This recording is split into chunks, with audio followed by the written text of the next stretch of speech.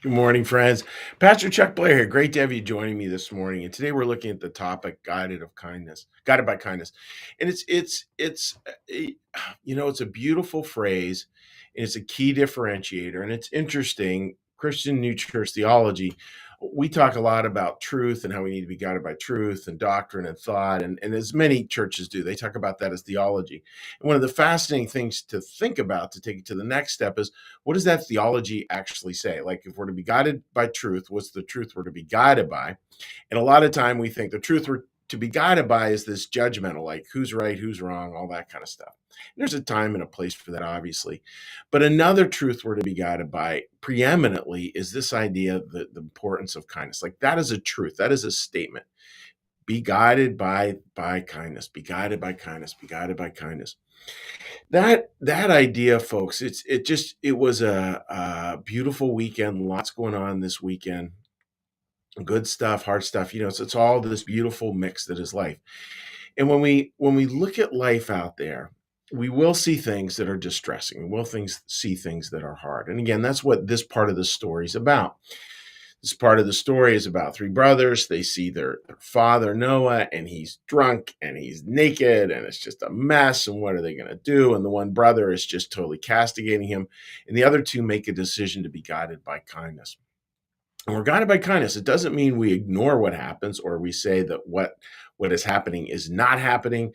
It doesn't mean we don't make hard stands. It means none of that. But it means that we're guided by kindness. We're guided by kindness. So let me read to you a little bit about that. And it's a beautiful, beautiful, beautiful way to hold it. Those who are guided by kindness, on the other hand, hardly ever notice evil in another, but pay attention instead to everything good and true in the person. What When they do find anything bad or false, they put a good interpretation on it. This is characteristic of all angels, one they acquire from the Lord, who bends everything bad towards good. So folks, if you want to think like, okay, what would it be like to be an angel? What would it be like to be an angel? How would that work? How would I march through life like with being an angel? Well, here's a real simple one. What to do is look at the good in those people around you and seek ways to reinforce that, to really look at that and to look at that with kindness and to look at the areas where they've fallen short, and as best you can, to put a good interpretation on it. Now, good interpretation, that's really key. And I love that phrase, good interpretation. It doesn't mean ignoring it completely. It means, look, here's somebody who may struggle with addiction. There are reasons for that. And my job is to not make the behavior excusable, but to find a way to understand it. Because once we can understand it, maybe even just a little bit, I can be guided more and more by kindness around it. And that, folks, it's just so incredibly important. Like I think that some of the community service things we've done over the years, and it's a humbling thing to realize that all of us were brought into this world, for the most part, all of us, the vast majority of us, were brought into this world, and we were deeply loved at one point in time. And then life can go off the rails, can go off the track different ways. That happens. And yet, can we have the humility to truly be guided by kindness, to truly be guided by our and this here I'm using Greg Boyle's word, by our kinship? Because Greg Boyle said, kinship is what really saves. That's what really makes a difference. And kinship doesn't mean that we're there, dispensing advice or perspective or this, that. And again, time for everything, right? I don't want to be too extreme, but it means that we are literally in it with someone. We're in it with them, and that creates a space where we can be much more guided by kindness and can offer things that are much, much, much more powerful. So that's the thought for today, folks. And it's not a big grandiose thought.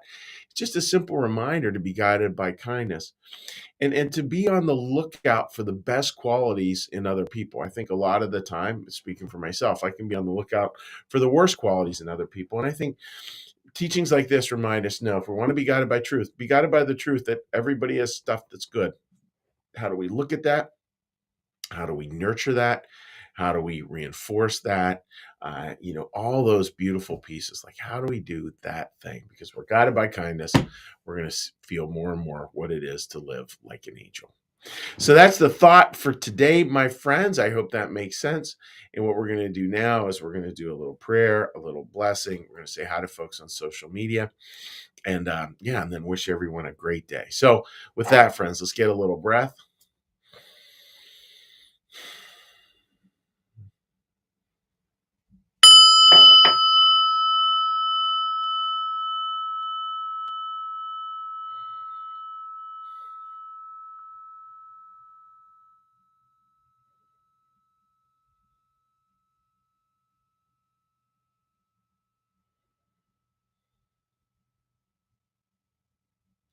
Be still and know that I'm God.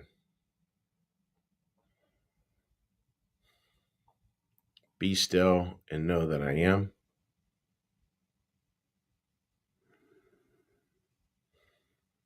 Be still and know that I.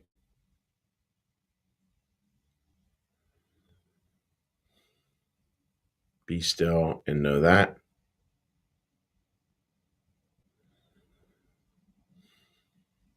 Be still and know.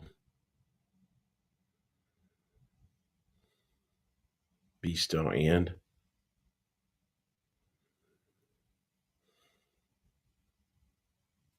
Be still. Be.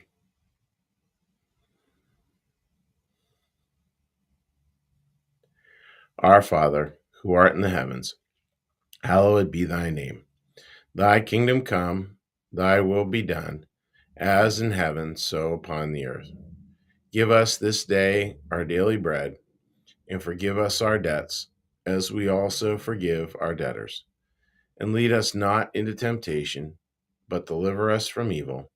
For thine is the kingdom, and the power, and the glory forever. Amen. May the Lord bless you and keep you. May the Lord make his face to shine upon you and be gracious unto you. May the Lord lift up his countenance upon you, bring you peace, and bring you home. Amen. All right, dear friends, let's give a little cheery hello here to people and say hi. All right. Let's see here. Again, I hope everybody's doing great today. Sorry about this, guys. I'm a little bit behind the eight ball today. What can I say? All right, there we go. Okay. Linda says, good morning. Patricia says, good morning. Good morning to you too, Patricia. Kim, good morning.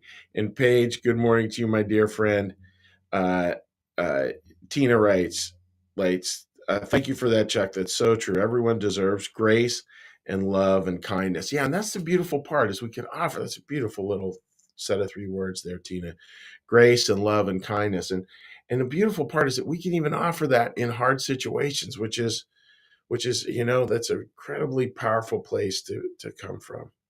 All right. Sorry, I feel like I'm all thumbs today. All right. Let's take a look. Say hi to folks over here on the New Church Live page. There we go.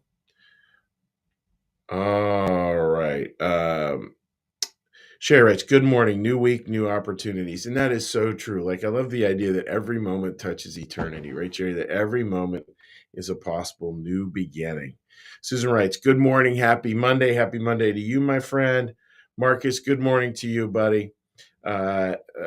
Melissa writes, good morning, happy Monday. Great thought, a reminder for the start of the week. Yeah, well, it is, Melissa. Just wishing all of you just a great, as Melissa said, may this be a great reminder and a great way to start our week and move forward. Just remembering again to be guided by kindness this week.